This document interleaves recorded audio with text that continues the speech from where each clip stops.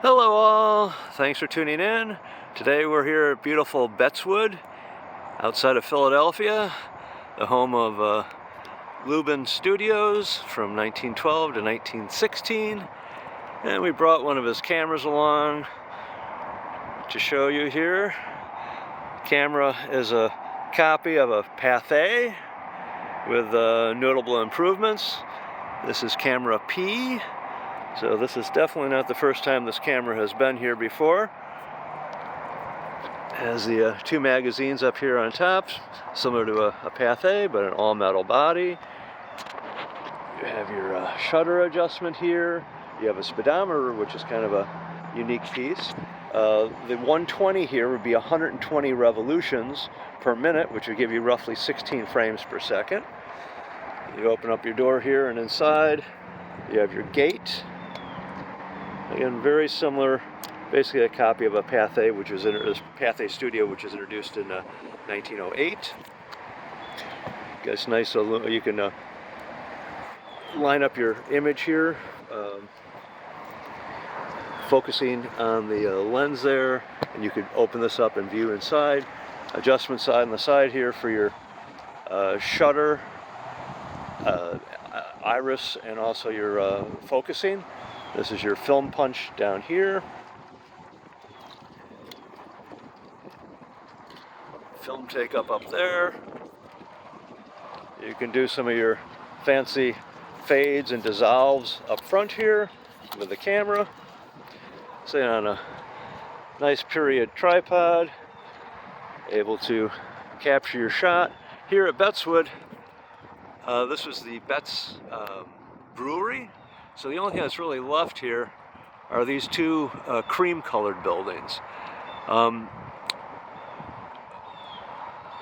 expressway was not there.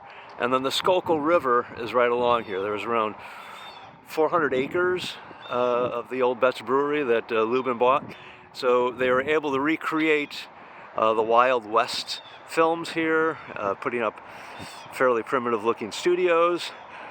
These buildings, which were part of a complex, they would be processing the film, editing the film, shipping the film. Behind the building here is a train line, which is now a trail. But that train line would go right to Philadelphia. But they were able to ship the films ultimately all over the world.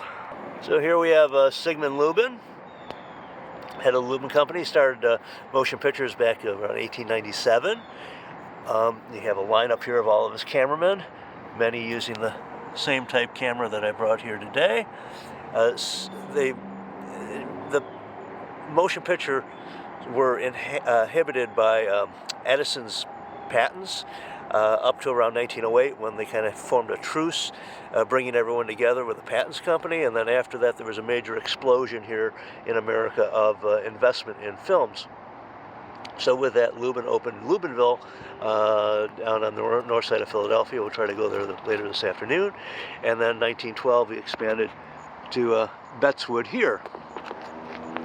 And here's a picture of the Betzwood Studios when Lubin owned it. You can see quite a large complex. These two buildings down here at the end are the only ones standing left. Up here, there was a big estate up here on the top here, and all throughout the woods here, they would set up stages for shooting the films. This is the back side of the building here. You can see the train track, which is now a trail. They had their own station out here, and here are some of the two buildings back here that are still standing. I do apologize. The proper crank is at home on the table, so we're going to have to cheat here. But you can see it turns over very nicely.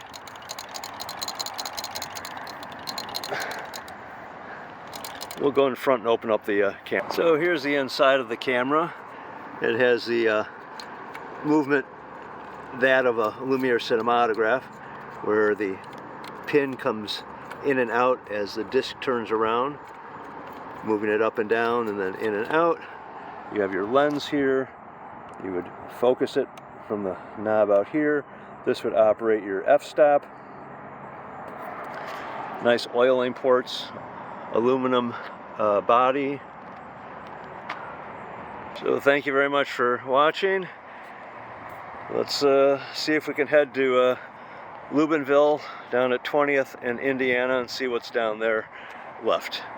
Signing off from beautiful Betzwood. Thank you.